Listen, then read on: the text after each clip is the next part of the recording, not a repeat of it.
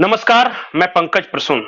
दोस्तों, दो मुद्दे इस वक्त देश में छाए हुए हैं, एक मणिपुर और दूसरा बंगाल। और हमारे साथ एक ऐसी शख्सियत जुड़े हुए हैं जो कि मणिपुर को भी जानती हैं, बंगाल को भी जानती हैं। एक फैक्ट फाइंडिंग टीम गई थी मणिपुर, उसके साथ जुड़ी हुई थी, और बंगाल के मालदा से यात्रा कर आज ही सुबह सुबह लौटी हैं। और उसी वक्त मेरी बात हुई और इन्होंने समय देना स्वीकार किया। प्रिया मुंडा जी, आपका बहुत बहुत शुक्रिया न्यूज एनएमएफ न्यूज के साथ जुड़ने के लिए। प्रिया जी, पहले ये बताइए कि मणिपुर मणिपुर में आप गई थी, आप अपना एक्सपीरियंस बताइए, ग्राउंड पे क्या चल रहा है। देखिए, हम जहां सुनते हैं, मीडिया के जरिए सुनते हैं या इधर उधर की नैरेटिव सुनते हैं, आपने क्या महसूस किया? देखिए, जो हाल की हिंसा है, उस हिंसा के 2 3 साल पूर्व से ही मैं मणिपुर से वहाँ के लोगों से, मैतेई समुदाय से जुड़ी हुई हूँ। उनके बीच में मैंने काम किया है क्योंकि इस समुदाय के विषय में मुझे अरुणाचल प्रदेश के कामती जनजाति के लोगों से जानने को मिला और उसके बाद ये सौभाग्य मिला कि वहाँ मणिपुर जाकर मैतेई लोगों के बीच में रहूँ और उनके विषय में जानूँ। तो वहाँ पर जो वहाँ मैं गई और वहाँ के पुराने लोगों से, और ये हिंसा की पहले की बात मैं कर रही हूँ।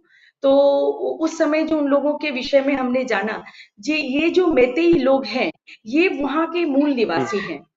और उनको ये जो कुकीज़ है, ये लोग बर्मा से है। बर्मा से ये लोग घुसपैठिए करके मतलब अंदर आ गए हैं। ये अंग्रेज़ों के समय की बात है। अंग्रेज़ों ने इनको मणिपुर में जो है बसाया था, पहाड़ी क्षेत्रों में बसाया था, अवैध ये सब अफ़ीम की खेती के वजह से। और बता दूँ हम्म। वहाँ के 2 बॉर्डर्स है, इम्फाल और बर्मा के बीच में एक बॉर्डर है, जो सील है। वहां से अगर आप अंदर आते हैं तो आपको सारी मैंने आपके सारी आइडेंटिटी प्रूफ वगैरह देकर आना होता है। और एक इम्फाल एयरपोर्ट और चूड़ाचंद्रपुर के बीच में एक आपका बॉर्डर है, जो कि वो बॉर्डर खुला हुआ है उस समय से भी, अभी भी वहां से घुसपैठे अंदर आते हैं। और आकर इन्होंने क्या किया है, जितने पहाड़ी जो वहां के मूल निवासी मैतेई लोगों को पहाड़ों से भगाकर, अंग्रेजों के समय से ये शुरू हुआ था, अंग्रेजों ने लाकर उनको बसाया था और फिर बाद में इसको नेहरू जी ने कंटिन्यू किया।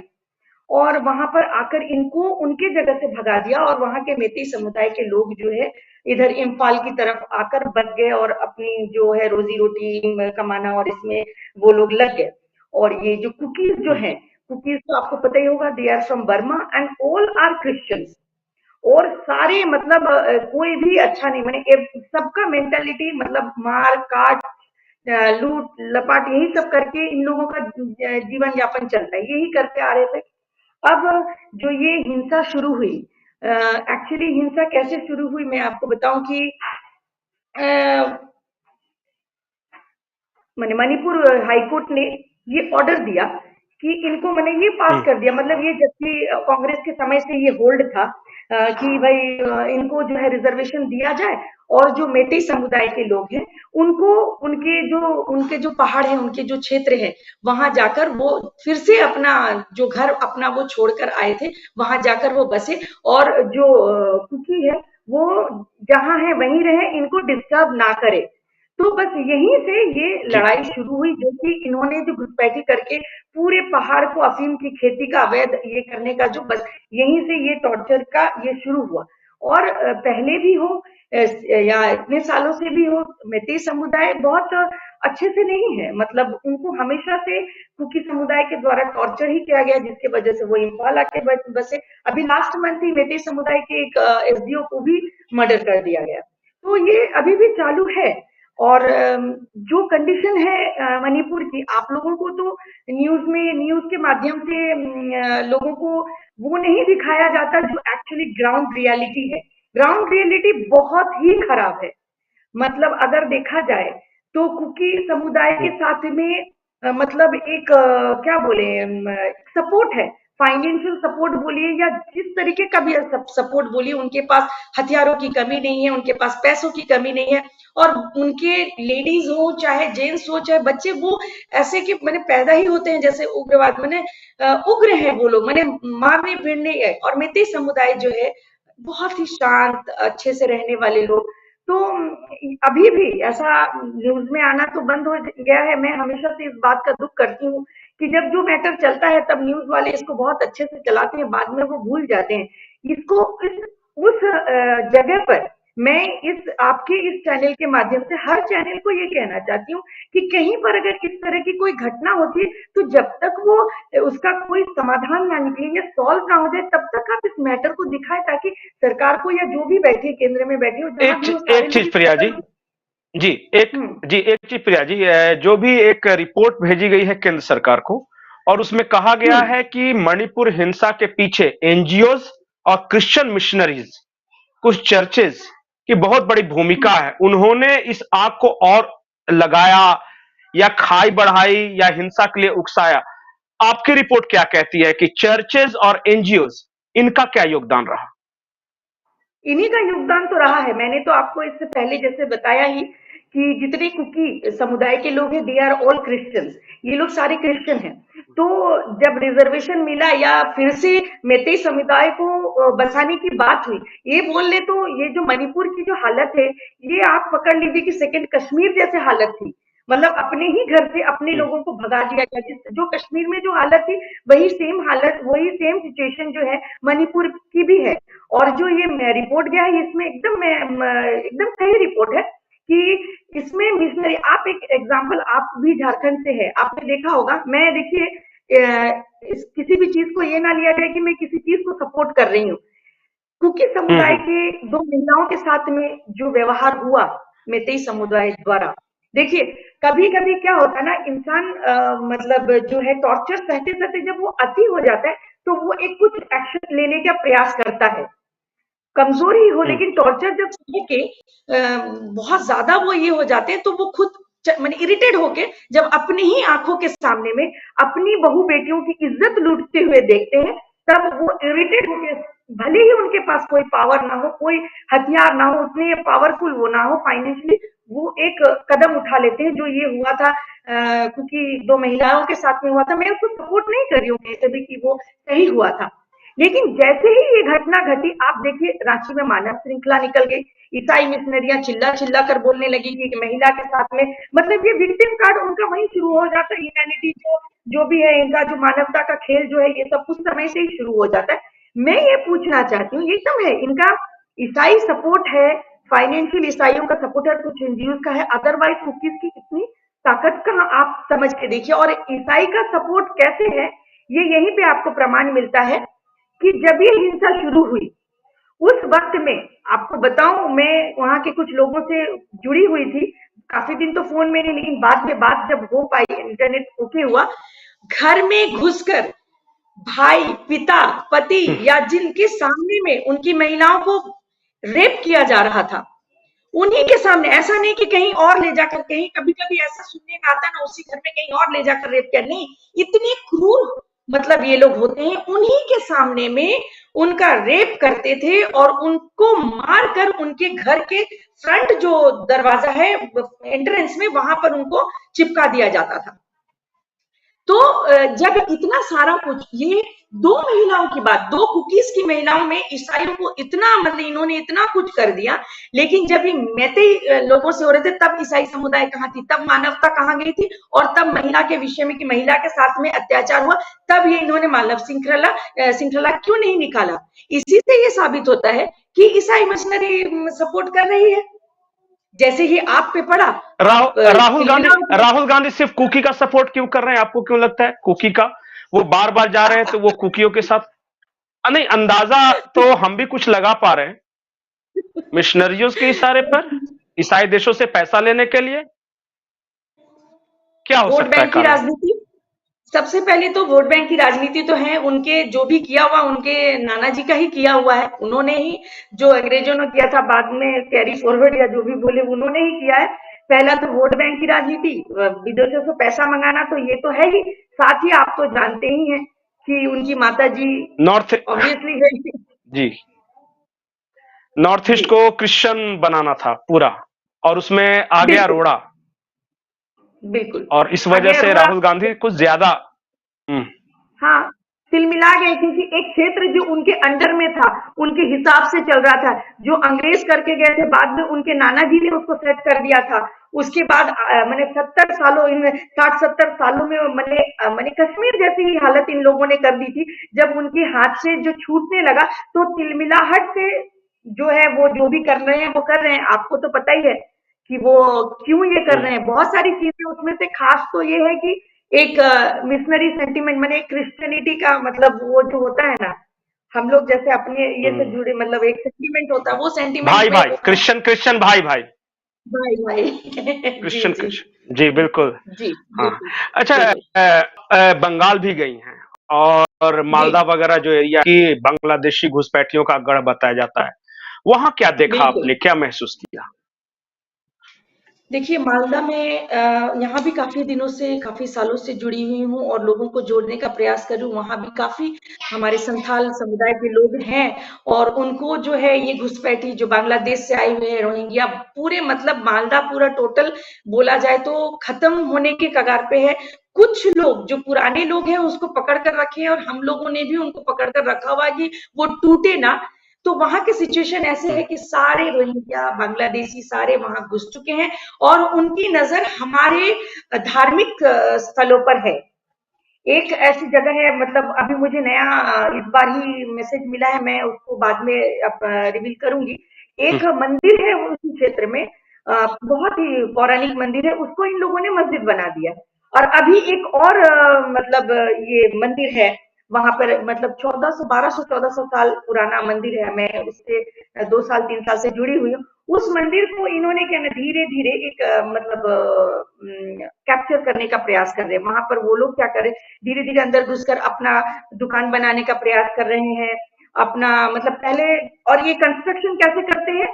लेट नाइट करते हैं। मतलब हम्म, रात के समय में रातों-रात वहाँ अपनी दुकान खोल लेते हैं और जब कोई एक्टिविस्ट वहाँ पे खड़ा होता है, तो उन्हें जान से मारने की धमकी, वहाँ अगर महिला कार्यकर्ता है तो उनको रेप करके उनको मार देने की धमकी, ये सारी धमकी, बहुत सारी चीजें। लेकिन हम लोगों ने भी उस क्षेत्र को पकड़ के रखा हुआ है और ये जो एक पौराणिक मंदिर है, जो जिसको हम 2-3 सालों से वहाँ पे कार्यक्रम कर रहे हैं और अभी हमारा प्रयास है, हमने कई बार सरकार से भी हेल्प लेने की प्रयास की, कई बार कई एनजीओ माने कुछ ऐसे लोगों से भी हमने बात की कि इसको मदद की जाए, लेकिन क्योंकि वो फ्रंट साइड को बाउंड्री करेंगे तो वो लोग घुसने में असमर्थ होंगे।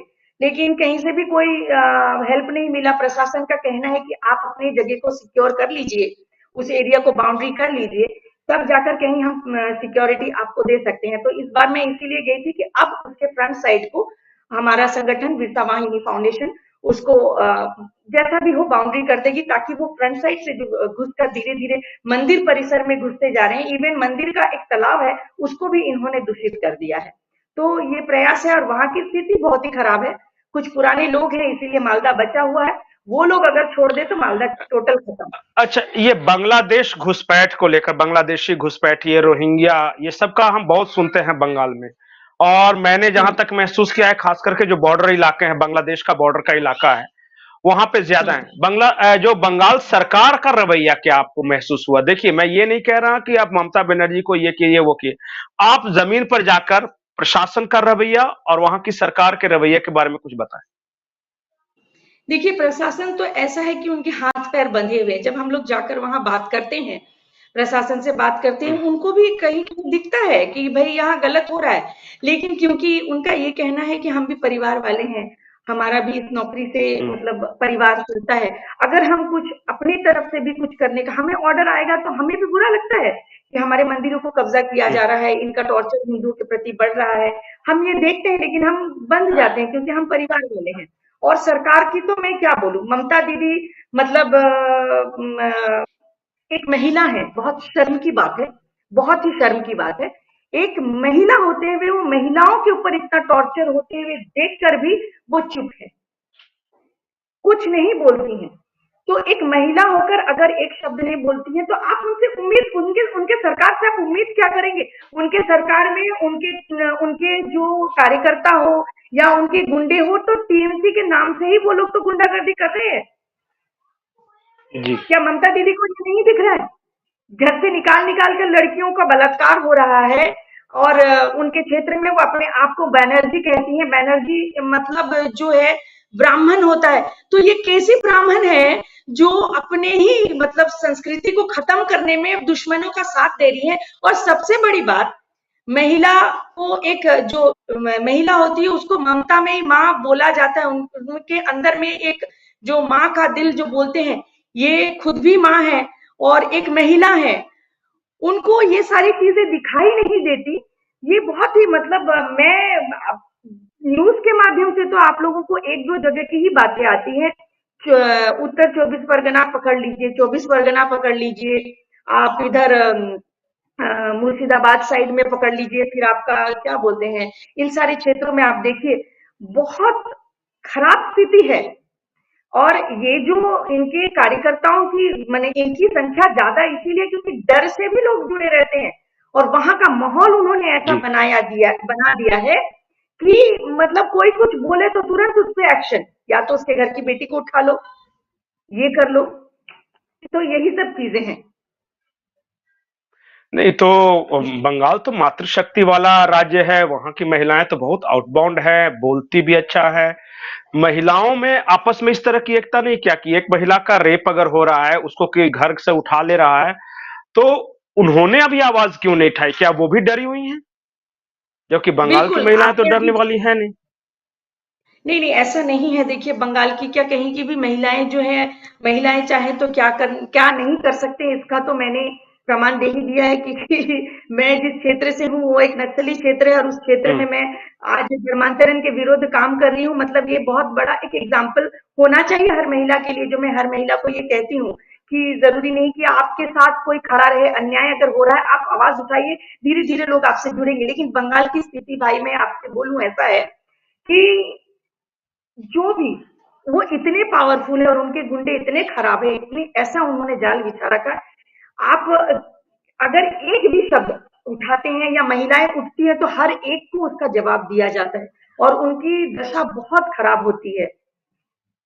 तो बहुत समय क्या ना घर का भी प्रेशर होता है। जैसे मैं महिलाओं से अभी जो रिसेंटली जो हम महिलाओं ने आवाज उठाया, संदेश खाली का जी जो बात मैं करूं तो आपको पता है वहां जिन लोगों ने जी आवाज उठाया उन महिलाओं ने, जिन लोगों ने भी आवाज उठाया, उनकी बाद में उनकी उनके साथ क्या हुआ वो वाले वहां चला की सिचुएशन हम लोगों को पता है कि विरोध वो करती हैं। मैंने जैसे कहा मैतेई लोगों के लिए भी विरोध, एक आदमी टॉर्चर सहते सहते सहते जब अति हो जाता है तो वो कुछ स्टेप लेता है, लेकिन फिर वो कहीं ना कहीं कमजोर हो जाता है क्योंकि वो महिलाएं जो आवाज उठा रही हैं उनके साथ सपोर्ट तो होना चाहिए। सपोर्ट करने वाला कोई जी नहीं है। बिल्कुल। और उनकी दुर्दशा जी अभी जो बिल्कुल। संदेश खाली में हुआ। नहीं। हम्म। जी। जी आपने अपनी बात कही। यहाँ मैंने आपको देखा है कि आपको तो शायद धमकियां भी मिली है क्रिश्चियन मिशनरियों की तरफ से इस वजह से क्योंकि आपने जबरन धर्मांतरण या लोभ लालच के धर्मांतरण का विरोध किया है। मिशनरीज काम कैसे करते हैं? देखिए, ऐसे तो कोई आके मेरे से बोल देगा कि तुम हिंदू धर्म छोड़ दो या फिर आपको बोल देगा कि आप आदिवासी छोड़ के क्रिश्चियन हो जाओ, तो करेंगे नहीं। उनकी सफलता का राज क्या है? क्रिश्चियन मिशनरीज आदिवासी इलाकों में क्यों सफल हो रहे हैं?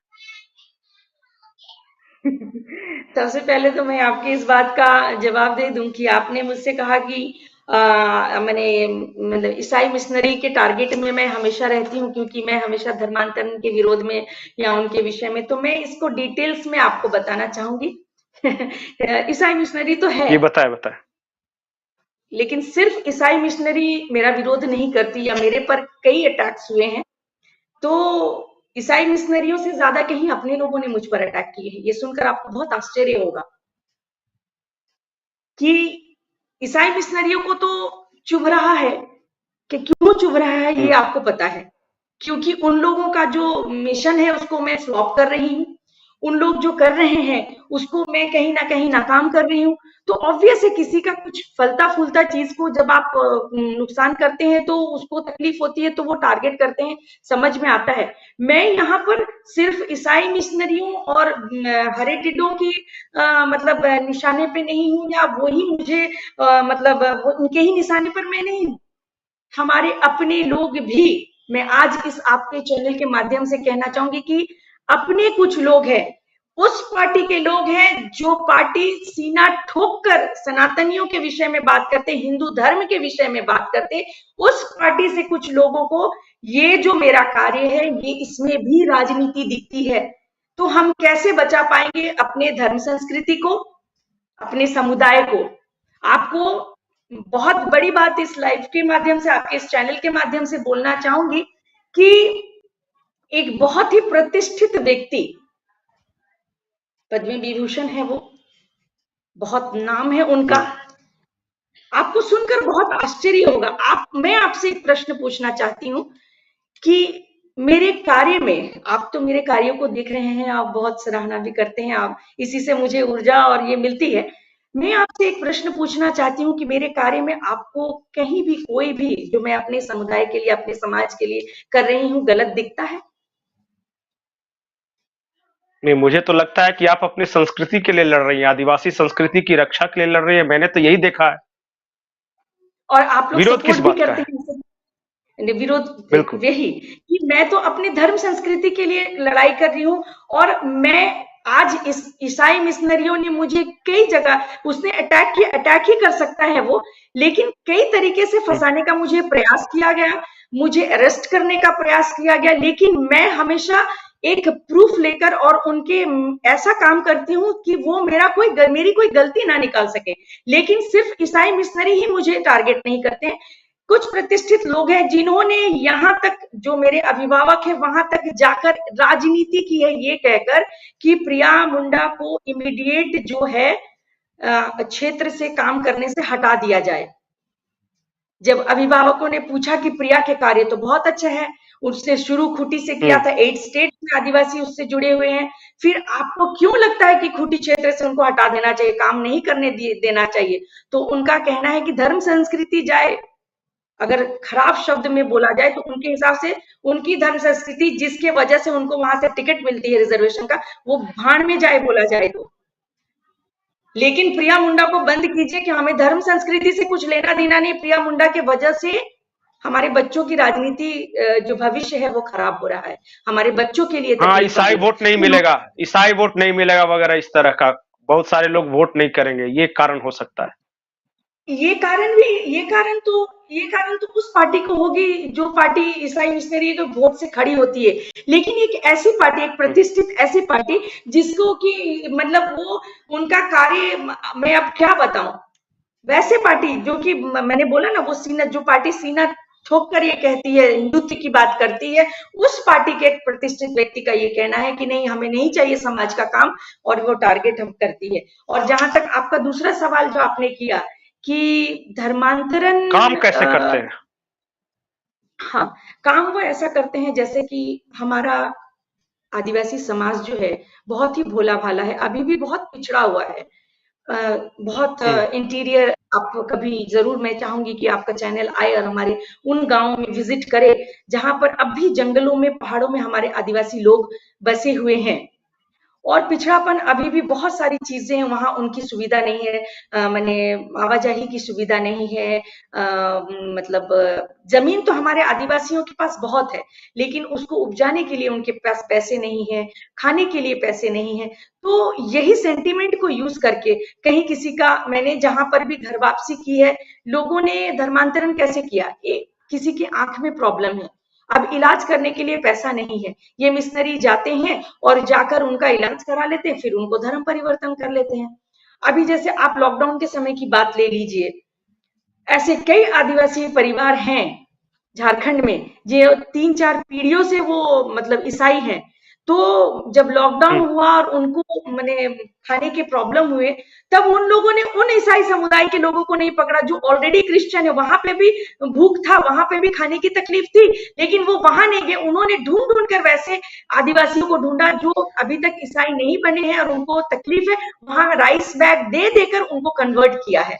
तो भोलेपन का तो फायदा उठाते ही हैं, गरीबी का फायदा उठाते हैं, पिछड़ेपन का फायदा उठाते हैं, जिसका हमने खूंटी क्षेत्र, जो एक हमारा बहुत ही ऐतिहासिक जगह है, जैसे कि आप जानते हैं कि भगवान बिरसा मुंडा की भगवान बिरसा जन्मस्थली है। मुंडा, भगवान बिरसा मुंडा की। जी, भगवान बिरसा मुंडा की जन्मस्थली है। और उस क्षेत्र में मैं आपको बताऊं, 30 सालों से हमारे ही लोग हैं, हमारे ही आदिवासी सांसद विधायक बैठे हुए हैं और एक प्रतिष्ठित वो पार्टी जो कि सीना ठोक कर ये बोलती है कि हिंदुत्व की बात करती है, उसके बावजूद भी खूंटी टोटल खत्म हो गया था। अगर मैं 2015 में इसको बहुत गर्व के साथ ये बात कहती हूँ और उसमें मुझे कोई संकोच नहीं कि 2015 से लेकर अब तक मैंने अगर काम नहीं किया होता तो खूंटी जो ऐतिहासिक जगह है वो खत्म हो जाता। आप उलिहातू को ही ले लीजिए, भगवान बिरसा मुंडा की जन्मस्थली है वो, उनका गांव है वो। उस गांव में आप जब जाइएगा ना, आपको देखकर, आप गए भी होंगे शायद, अगर नहीं गए हैं तो मैं चाहूंगी कि जी। जरूर आप जाएं उस गांव की। हम्म। मतलब सोचिए, भगवान बिरसा मुंडा के नाम से यूनिवर्सिटीज है, भगवान बिरसा मुंडा के नाम से एयरपोर्ट है। भगवान बिरसा मुंडा को पूरे देश में क्या विदेश में भी लोग जानते हैं और उनका ये करते हैं। लेकिन उनके ही जो वंश में पड़ पोते हुए या उनके जो लोग हैं, वो तो आधे से ज्यादा क्या, मैक्सिमम लोग ईसाई बन गए हैं। उनके ही घर के बगल में चर्च बन गया है। एक ही परिवार है जो अभी तक कन्वर्ट नहीं हुआ है, लेकिन वो भी बहुत दिन इन लोगों के हाथों से नहीं बचेगा, क्योंकि भगवान बिरसा मुंडा की जो वो जन्मस्थली है, यहाँ के हमारे विधायक सांसद लोग चाहते तो उस जगह को बहुत सुंदर बना सकते थे। लोग घूमने जाते हैं वहां। आप जब जाएंगे हम्म। तो देखेंगे कि उनके जो माने वंशज है, माने उनके जो माने क्या बोले, वंशज ही हुए, उन लोगों का हाँ, हाँ। जमीन छीन लिया गया है।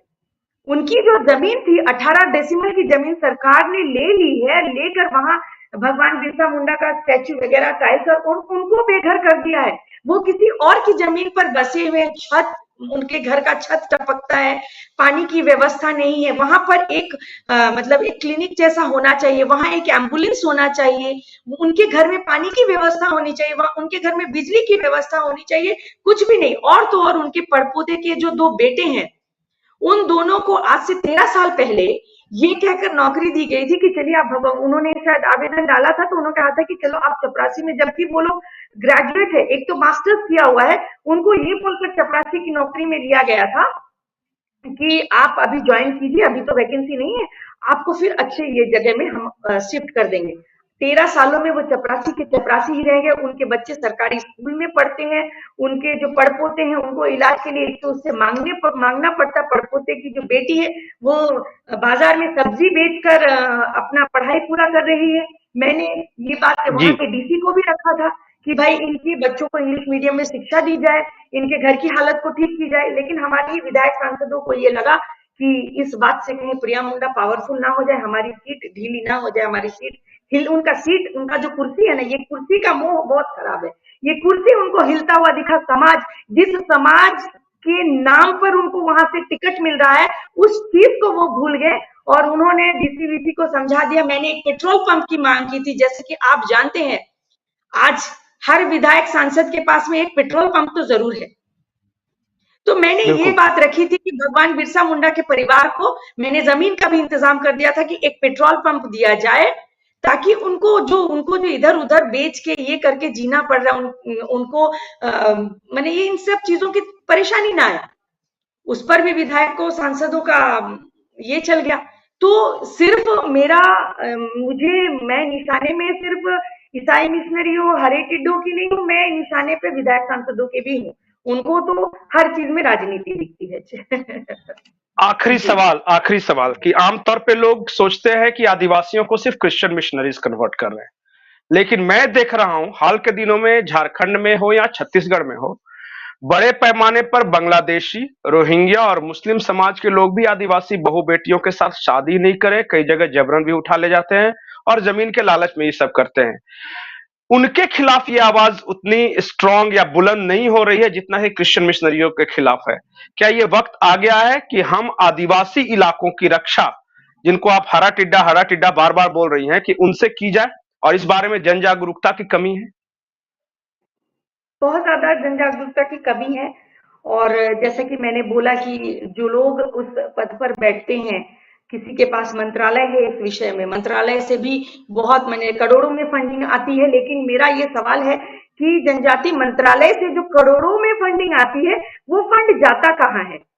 मुझे तो जनजाति समाज में वो फंड जाते हुए दिखता नहीं है।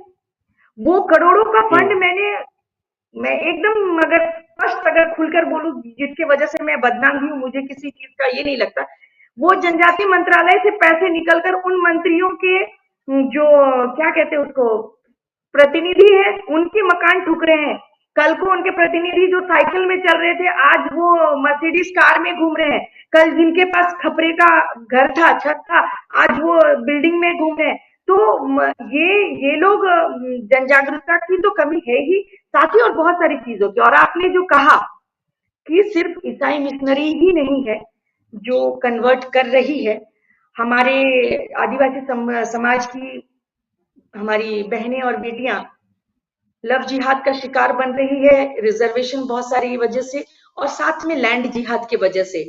ऐसे कई प्रमाण हमारे पास है। मुरहू का ही एक केस अगर आपको बता दूं, तो एक आदिवासी लड़की के साथ में एक मुस्लिम व्यक्ति शादी उसने की सिर्फ इसीलिए क्योंकि वहां पर रिजर्वेशन है, एक आदिवासी को ही मुखिया, प्रधान, एमएलए, एमपी या कुछ भी बनाया जा सकता है। तो उसने उससे शादी करके उसने उसको मुखिया के इसमें लड़ाया और लड़ाकर जितवाया भी। मैं मतलब जो कि हमारे समय चलता है और सबके में ही चलता है, ये हमारा समाज पुरुष प्रधान समाज है, सबका ही ऐसा चलता है। जैसे कि मैं अपने बारे में एक एग्जांपल दे दूं, मैं शादी से पहले मेरा जन्म एक उरांव परिवार में, सिमडेगा के उरांव परिवार में हुआ। मेरा सरनेम तिग्गा था, शादी से पहले मैं प्रिया तिग्गा थी। और शादी मेरी एक मुंडा परिवार में हो गया।